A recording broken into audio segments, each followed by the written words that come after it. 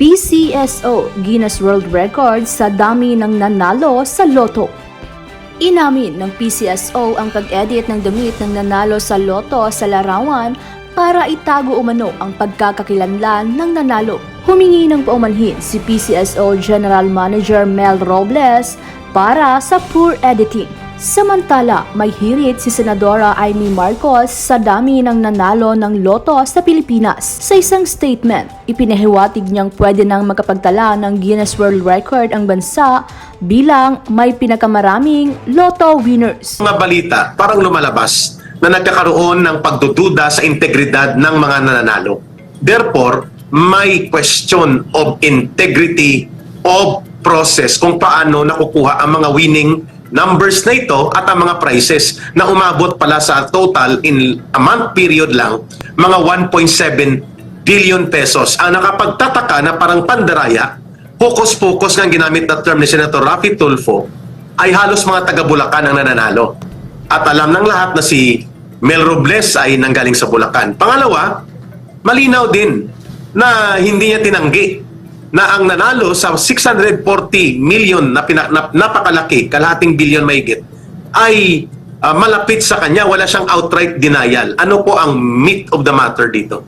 Ang pinaka-issue dito, pinagkakakitaan na ang mga mahihirap, dinaraya pa at niloloko sila sa mga premyo, Ma'am Lorraine, at ang kalukuhan dito ay parang insider ang operation na ito. Yun ang tumbok ng investigation point ni Senator Raffy Tulfo nila Coco Pimentel, Senator Pimentel, sapagkat may tatlong bagay na gusto silang dapat dito ipaliwanag. Ito ba ay planado? Ito ba ay isang sindikato na operation? At para saan ito gagamitin? Sumukhang ang tatlong tanong na ito, Ma'am Lorraine, doon tumutugma. Ito ay parang operation na pinagplanuhan, premeditated, may design, may script, may winner, may proseso, at ang dulo nito, ang kukubra at kukuha ng premyo, mga taong konektado din sa matataas na opisyal sa PCSO, lalo na sa chairman sa general manager ng PCSO. At inilalabas ito ng isang political blogger at wala siyang pag-aalangan na sinabi niya na itong si Mel Robles, na general manager ng PCSO, at I will quote Sasro Sasot, a very good political blogger na magaling mag-research, na sinasabi niya na itong si Mel Robles ay dapat magpaliwanag kung bakit lumalabas na isa siya sa mga black operators. Pag sinabing black operators, dirty operations yan. Kasama dyan ang fundraising. At sino po ang naglagay sa kanya dyan? It's no less than the president na nag-appoint sa kanya. Ang tanong ngayon, kung ganito kalawak ang iskandalo ng seemingly parang sindikato na operasyon, pandaraya at pangungubra sa pundo na bilyon-bilyon sa PCSO at kasabwat ang pamunuan nito, kaninong motivation and compass ito nang gagaling? Ma'am Lorraine and Brother Frank. Alam mo, Eric, Franco, mga kababayan, no? This makes me really heartsick, no? And this enrages me. Kasi, okay, naririnig ko na yan noon pa, no? Noong ko pa naririnig yan mula nung umupo si Mel Robles. No? So, I'm a doctor, no? So, I'm a woman of science. So, I'm evidence-based. And what evidence tells me is that all of these fantastic wins, back to back to back to back, almost every week there's a winner, is really just points to one thing. There's widespread plunder going on in PCSO. So unless you prove that otherwise, this is what I'm going to believe in, no? And this to me, like you, Eric, no, this really outrages me because ang pinagsasamantalahan dito ay yung mga hopes ng mga mahihirap natin mga kapatid, no, na pinaglalaruan natin, no. Apart from the fact na pagnanakaw yan, in fact plunder, no. Kasi nung ka pa naririnig yan, all this fantastic what are the odds, no? Every week, naalala ko noon, umaabot pa ng buwan, di ba? Umaabot ng buwan, tapos on top of that, only in one place, only in Bulacan, there's this inordinate amount of winners, number of winners in just one place. What are the odds for something like that? And as I said, I'm evidence based, no. Let's go by science, no. And then prove yourself. So I think in times like this, no, we're very, for whatever criticisms we may have against Senate or whatever, no, I'm grateful that there are senators like Senator Tulfo and Senator Coco Pimentel that are speaking for the people. Kasi mukhang walang kahihiyan itong mga ito, no? Walang kahihiyan. Ayan, nandito na naman tayo talaga. Dito talaga tayo aabot parate. Walang kapasidad mahiya at saka walang prinsipyo. And that makes me really heartsick, no? Heartsick. Yeah. Correct. Frank, would you like to add sa napaka-iskandaluso at ala sindikato na operation ngayon ng PCSO, the way the Senate presented some related evidence to that claim na sinindikato na uri ng operasyon ng PCSO? Like ka Eric, Ma'am Lorraine, obviously, nakita naman po natin yung paggawa pa lang, pag-amin pa lang na edited po ang aming ipinakitang yan, tinanggap mo sa sarili mo. Ay yun po ay pagpapakita na niloloko nyo po ang taong bayan. Niloloko nyo po kasi bawat taong tumataya dyan ay may mga pangarap. Nangangarap yan na magkaroon ng, syempre, pagpapala rin. Pero paano po yung bigla nyong pakikitaan ng ganyan? Ay naku, buong ahensya po ang inyong sinisira. Na matagal na Go ahead. Yes, ma'am. Na syempre, matagal na po yan, ang PCSO na yan. Yeah. At marami. Ako, mga kapitbahay namin, lahat nandyan. Subok na yan sa matagal na panahon. Pero, ngayon lang ako nakakita ng ganitong klase, ma'am, na right away, pati yung pag-amin na edited ang photo na nanalo na yan, ay talaga namang heartbreaking para sa marami nating kababayan na nangangarap na manalo. Dahil syempre, alam mo ma'am, kasi yung may hirap na yan, ibang bibili na lang nila ng pagkain, itataya pa nila ng loto yan. Yes.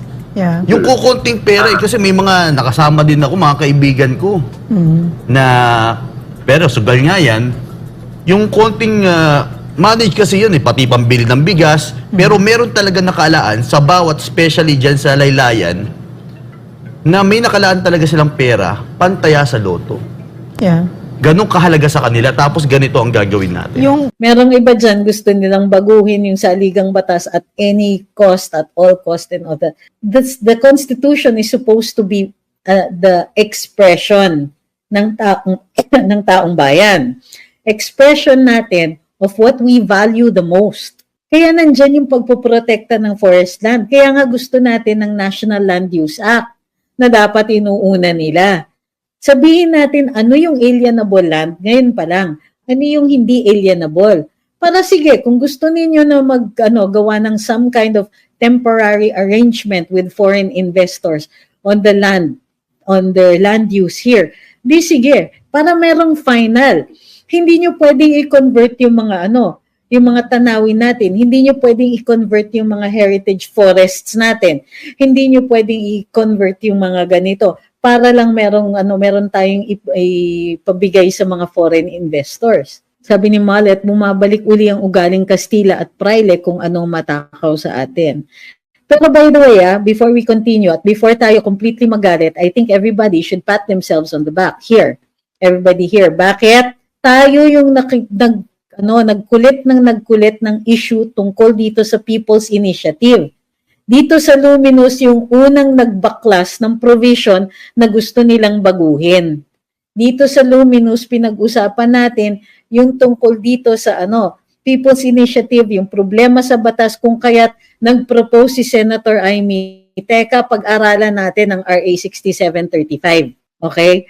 Kaya nagpilitan maggawa ng statement ang so many people kasi nangulit tayo dito sa Luminous tungkol dyan sa People's Initiative na nung una parang sinisingit lang nila. Bukod pa dyan, may sumakay patuloy naglabas ng mga ads. At tayo rin po ang